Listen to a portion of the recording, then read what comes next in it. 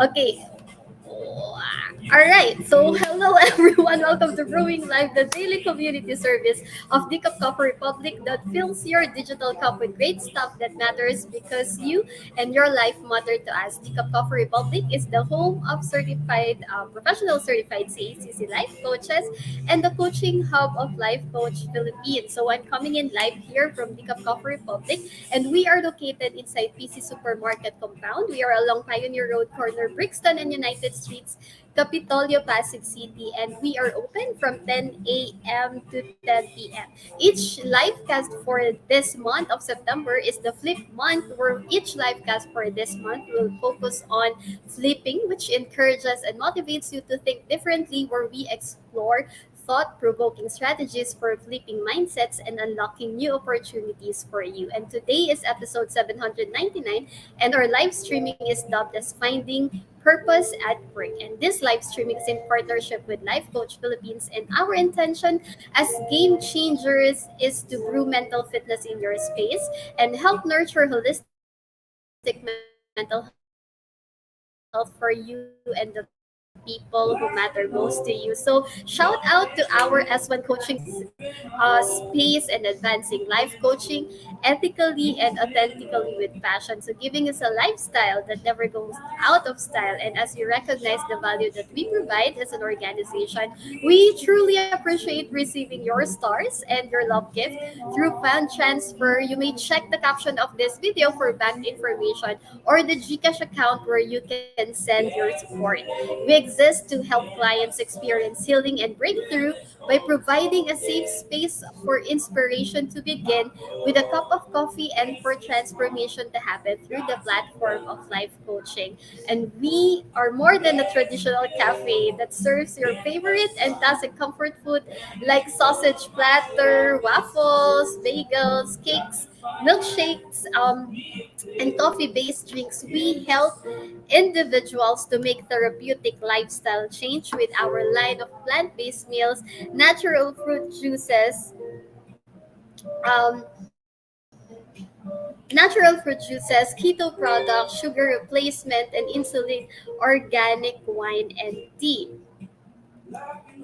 Decaf Coffee Republic is also the exclusive distributor of David's Faith, insulin wine and tea in the areas of Mandaluyong and Parañaque. And our hashtag Save One campaign against diabetes is ongoing, and we are inviting ambassadors to help raise awareness of sugar regulator products to help fight the debilitating symptoms and effects of diabetes. So if you are one who wants to stop and who wants to lessen the debilitating symptoms of diabetes, who wants to raise awareness in each family and communities, we are inviting you to become brand ambassadors of hashtag Save One campaign. So please check our FB page for the menu of our sumptuous meals and refreshing drinks, or connect with Coach Rezzhel through 0917-586-1661 to partner with the Coffee Republic in advancing health and wellness in your space. And if you just joined us in, welcome everyone and thank you for being here. You may circulate the link of this video to invite your friends to watch with you, and you may also tag them in the comment below and give them shout out, thumbs up, encouragement, motivation, and best just acknowledge and express gratitude. So as for me, let me give my shout out to my fellow mental model collectors. Hello to my fellow mental model collectors inside B Learning Society by Master Coach A. So if you are one person who desires to experience transformation in areas of health, wealth, and relationships, then I invite you to join us inside B Learning Society as one of the mental model collectors with full access pass to the monthly mental model masterclass of Master Coach A. That is exclusive for B Learning Society members only. B Learning Society is the tent maker of B Learning Homes for Mental Fitness, and on top of the food and beverage discount we enjoy from Decaf Coffee Republic, mental model collectors also benefit from 90-minute free coaching session with senior coaches from Life Coach Philippines. So for more information and registration assistance, you may connect with Coach Rezzhel through 0917-586-1661, or you may connect with me. You may send me a PM or send me a message to know more about the Learning Society. So we are now diving into today's conversation, finding fulfillment at work. So please do tag your friends, forward this video link, and invite others to join our conversation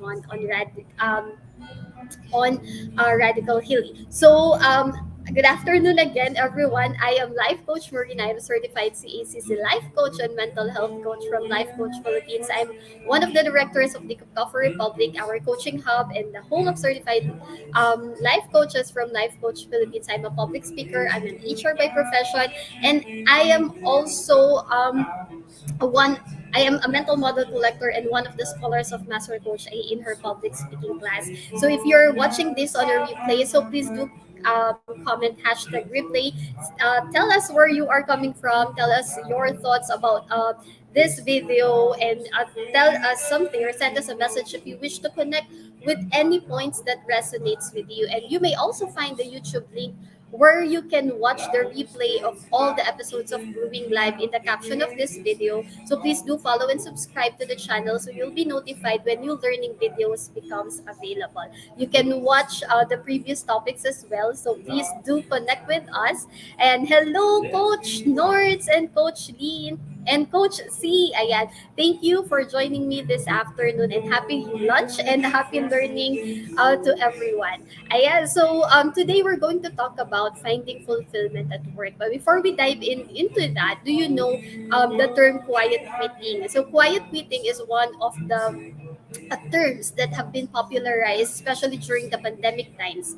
And it becomes one of the challenges that companies, but I believe not only companies, but really the employees are facing at work. So, ano ba yung quiet quitting? Quiet quitting refers to doing just what is required at work and not going above and beyond on what they are tasked to do. So, it greatly affects not only the company itself or the employer side. Of course, it affects the productivity of the company. It affects the engagement of employees. It affects the side of employer, but it also affects the employee themselves. Why? Because they are the ones experiencing unfulfillment at work.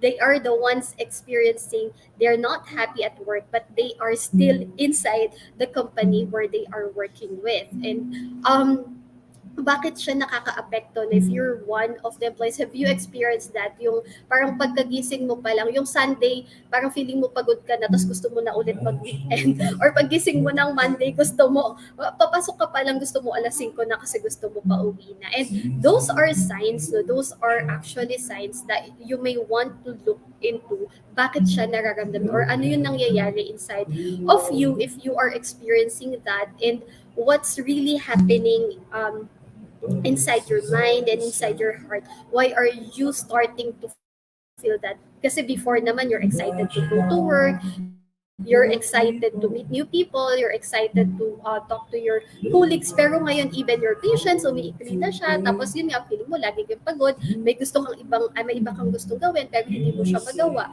And if you are a leader, or if you are like if you're leading a team, if you're a manager, or especially if you are an HR practitioner and a business owner, so these are the things really that these are the things that you may look at, because manpower or people are the human capital is very important asset of the company, kasi pag wala namang tao, wala din magpapatakbo ng even the machines, wala din magpapatakbo ng wala rin magpapatakbo ng business. So these are the things that you may want to look at, really what's happening with the employees, especially those who are really performing before but not performing now, or okay naman yung performance before and suddenly their performance are already declining. So this quiet quitting is one of the things that we're going to flip today. So also, no, research shows that fulfillment or personal fulfillment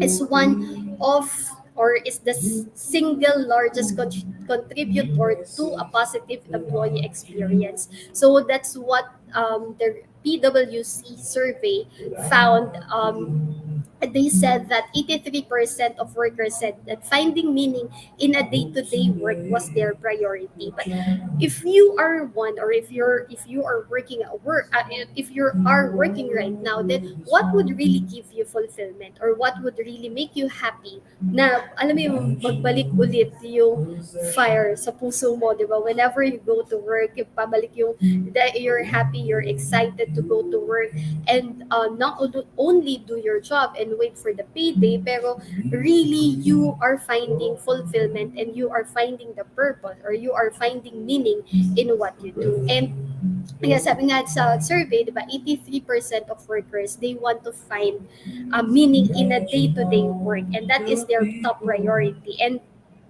culture, on the other end, companies who have cultures that focuses on fulfillment see clear improvements. So the Harvard Business Review notes that engaged employees, so it really helps in the it really helps in employee engagement, yung pag-find ng purpose, pag-find ng pag-find ng fulfillment ng mga employees.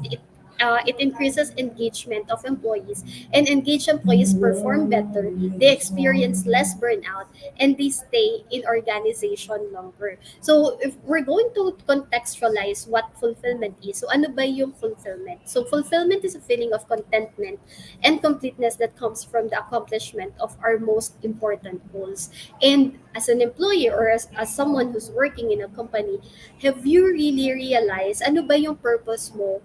Bakit ka pumapasok? Ayan, the very, very common or very popular yung question na para kanino ka bumabangon. But it's still true until now that have you asked yourself really, whenever you wake up, every time that you're going to work, have you asked yourself, para kanino ka bumabangon? Ba't ka nga ba bumabangon, di ba? Ano ba yung reason, bakit ka papasok, at ano yung gagawin mo? And um, fulfillment says, they said the fulfillment occurs when we identify strongly with the purpose, and connect to others in meaningful ways. So the problem is, or yung challenge is, bakit hindi nakakahanap ng fulfillment, or ano ba yung paano makakahanap ng fulfillment yung ikaw bilang nag-work, and how do really employees can find fulfillment at work. So there are three main reasons, or big reasons, based on research, that affects why employees are not feeling fulfilled at work. And first is not they don't get enough challenge. Secondly is they do not feel appreciated, and thirdly is they lack ownership. And when this any of these three is missing, so people won't feel fulfilled at work. So of course it's not a one time big time thing, hindi rin siya isang biglaan na okay pagkatapos ng team building, ano na yan, pagkatapos ng team building, kaya, di ba, let's redefine what team building is, let's redefine what training is, and let's really look deeper and dive deeper what really are the needs of the employees. Kasi hindi lang siya yung, pagka team building, kompleto na yung team. Pagka team building, highly motivated na ulit yung team. It's not like that. But really, there are things that we have to look into, and we have to dive into. And that's also one of the challenges of every company, na nagiging one size fits all yung solution, which is not.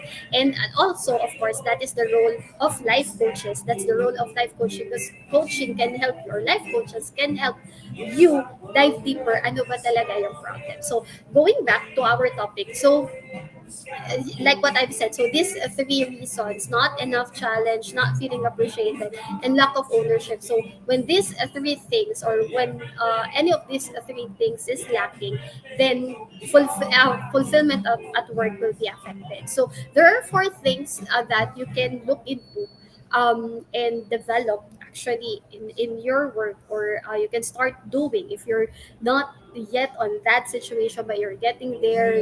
You want to like get improvements, you want to save your good employees, you want to increase the retention in your company, then these four things are these four areas are the things that you can look into and start into. And number one is balance, but I would say that it's more of harmony, diba?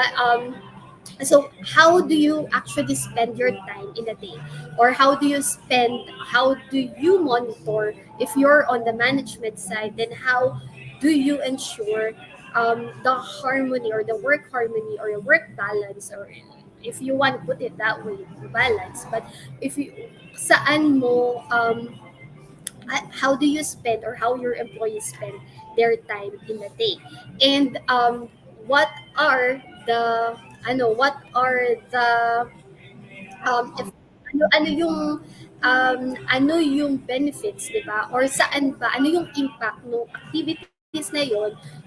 How do you spend your time in a day? What is the impact of those activities in your life?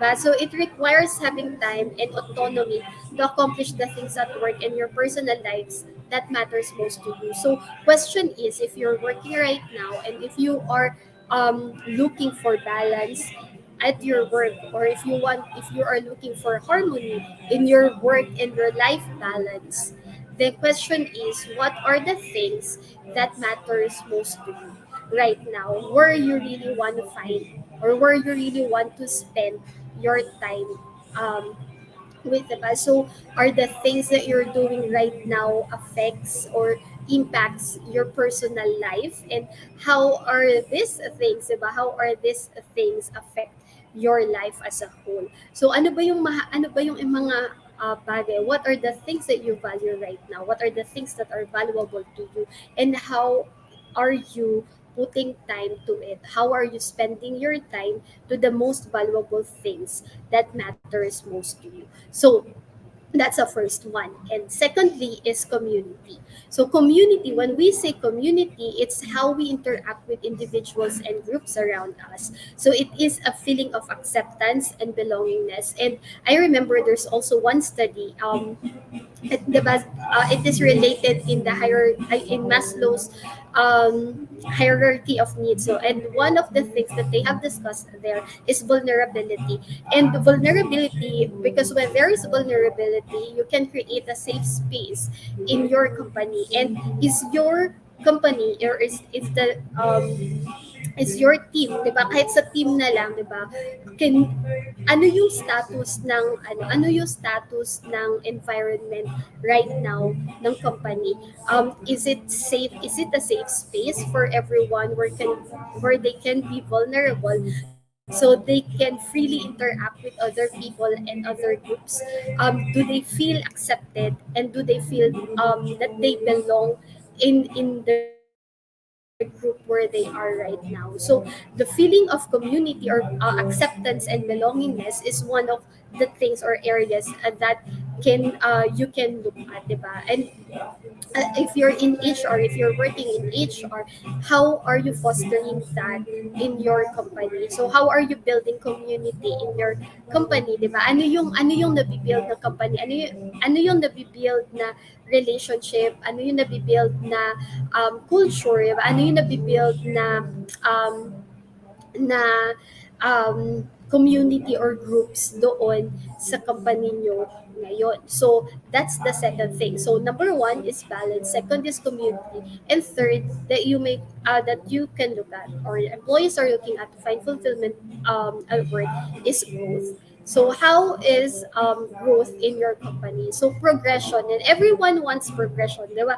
Everyone wants enhancement or improvement in one or more areas of their life. So, it is the sense of mastery, or developing and applying the skills to contribute to a project or goal. And how is it right now with your company? Are you giving like are you giving opportunities for your employees for them to grow in the role that they have? So it's not only about the monetary thing, 'di ba? Minsan kasi you can have all the money that you are expecting, or at least you're thinking that you should have with the position that you have, but you still don't feel that you are growing in your position. So I remember when I was in corporate world, when I was starting. So the moment that I feel that I'm not growing anymore in the company, that's the time that I know that I have to look for another one. So yun yung nagiging routinary na lang siya, or nagiging alam mo yun everyday, kasi doon na yun doon na papasok yung routinary na feeling, na alam mo yun, na feeling mo everyday ito na lang gagawin ko, na lang ba everyday is mag-photocopy ng kontrata, or everyday ito na lang ba yung gagawin ko. So but when you find growth, no, and it doesn't only mean na sobrang laki ng growth or position title yung katapat nun, but it could be variety. It could be variety in the things that you're doing, or it could be like new responsibilities, kaya rin may job rotation. So new responsibilities that you can try, new things that you can like do in your work. So that ano ba yung picture ng growth sa'yo? Ano ba yung picture ng progression, at ano ba yung picture ng enhancement sa'yo as an employee, or as someone, as a leader, di ba? What is the picture of growth or employees growth for you? And as a business owner, ano ba yung picture nun para sa'yo? Because when you have a clear picture of that, then you can also bring it down sa mga employees mo. And number four is purpose. So the reason for what we do and the choices we make, and the importance of our activities and why they matter. And that's the very thing that employees are looking at right now. Diba, on a day-to-day basis, have you really thought of like ano ba yung ideal day ko? Ano ba yung ideal day mo, ano ba yung typical day mo, 'di ba? You can start with like answering what is your typical day for what is a typical day for you. Then you can look at ano ba yung ideal day for you, and what is the day to die for you. So you can look on those things, because you can find like what is really the reason why you are going to, 'di ba, and doing your work, and what really ano ba talaga yung ginagawa mo, ano ba yung part mo, 'di ba, doon sa isang malaking picture. And the question is again, 'di ba, yes, the company has a vision and mission, but the question is, aligned ba yun sa gusto mo talagang mangyari sa life mo? Aligned din ba yun sa gusto mo talagang matutunan, or merong bang alam mo yun, merong sinisigaw ang puso mo ngayon na gusto mo talagang gawin pero hindi mo siya mapuntahan. So whatever it is, um, if you want to find purpose in what you are doing, and you really have to find what really makes you happy, and what makes you, diba, what would give you that joy in whatever you are doing. So those four things you may want to check again. It's balance, community, growth, and purpose. So if you are working, or if you are like a leader, a business leader, and a business owner, those four things you may want to check. How are your employees spending time in their work right now, and the impact of those activities in their personal life, and even you, ano ba yung impact ng buong company, and ano buong ginagawa ng company mo, or ano ba yung value that you are giving to the world, to the industry where you are at, and ano ba yung value no na ibibigay no, and what is the impact of that in your personal life. And secondly is community. So how are the people in your company? So do they have the like do they feel safe in Do they feel safe in their space? Meron bang safe space for everyone to build healthy relationship, not abusive ones, but really healthy relationships that fosters growth and purpose within the team? And if not, then what is one thing that you can do right now? And number three is growth. So how is growth in your company? Ano ba yung progression na nakikita ba yung progression, nakikita ba yung potential ng bawat isa na ito parang itong taong to, ito yung kaya niyang gawin, itong taong to, ito yung kaya niyang gawin, and nakikita ba yung potential na yun? How are you nurturing and fostering that growth, or how are you nurturing those talents and skills so that it can add up in the growth of the company as well. Number four is purpose. So um, do you find purpose in what you are doing? Do you find the meaning in everyday, like in everything that you are doing right now, whether it's big, di ba, whether you're a frontliner, a support, or kung kahit ano pa yan, kung nasa customer service ka, nasa frontline ka, kung guard ka, kung ano, whatever your position is, do you find the value, do you find the meaning and the importance of the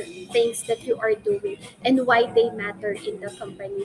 And those are four things. So if you want to know more, if you want to like dig deeper, kahit isang area lang dun sa apat na binigay ko sa inyo, di ba? If you want to know more about it, if you want to dig deeper about it, and if you are experiencing challenges on it about in your team, and if you want to address it, then I would like to invite you here at the Cup Coffee Republic. So we are open from 10 a.m. to 10 p.m. So we can dive deeper on those areas and let us know how we can support you and how we can assist you. So remember that help is available in everything, diba? You don't have to suffer. When I say suffer, you don't have to just wait for for the payday, diba? Just to make you happy, but you can find joy in your everyday life as you go to work as well. And you can also give value to your employer, and as an employer you can also find meaning and you can also find joy by helping the lives of the people that you have hired, no? So it's like interconnected, and it is part of the bigger picture. And the question is, can you see yourself on that? So don't suffer in silence if you're already experiencing quiet quitting and you want to break through on that. So please let us know how we can assist you. Help is available. We are here to support you, and we are here to help you out and help your organization. Right? So thank you so much for joining me today and supporting the advancement of mental fitness. So I would like to invite you to join us on floor for our face-to-face community events. And of course tonight, so we have our coaching for the soul with Master Coach A, and so we will be it will start tonight. That's a strengthening Thursday. So that's coaching for the soul with Master Coach A. And tomorrow, of course, that would be a rest day for everyone. And we will resume on Saturday for Fab Saturday open mic with Coach Orville. So if you want to chill, you want to like express through music, poetry, and spoken word, so join us on Saturday night. Join us tonight first, of course. So you would like know how to strengthen your soul, and let's learn more about that with Master Coach A. And Saturday, it's Fab Saturday open mic with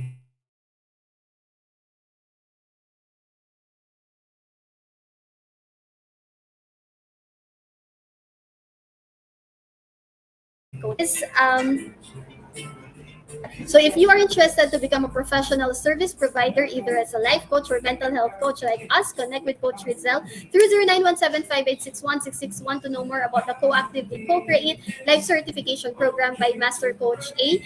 We are now accepting application for mental health certification and internship program with limited slots. So make sure that you make the reservation with Coach Rezzhel. So join us back again tomorrow, same time, same digital space for episode 790 with Coach Marife.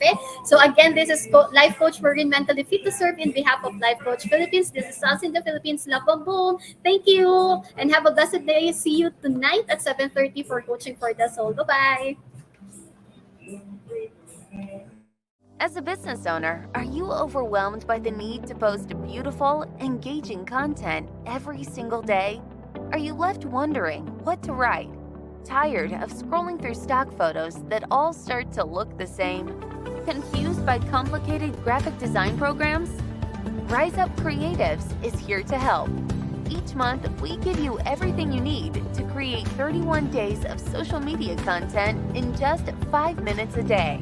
Customizable captions, curated lifestyle photos, a drag-and-drop graphic design tool, and the ability to post directly to your social media accounts. No one else empowers you with these 4 resources all in one place. Each month, we help you plan your social media calendar by providing you with 31 image themes and customizable captions so you can quickly and easily create engaging content and grow your following. Simply select the image that works best for your feed or story. Then, copy the caption and customize it to fit your audience. 5 minutes a day. It's that quick. Plus, you'll absolutely love our drag-and-drop graphic design tool. Start from scratch or choose one of our beautiful templates to fit your unique brand. When you're ready to export your design, you can download, email, or post directly to your social media accounts. Here's the truth. Our world needs what you have to offer. Don't let technology or procrastination hold you back. Rise Up Creatives is more than an online resource. We're a community helping you overcome your biggest barriers to reach your greatest goals. We're here to help you rise up and be creative.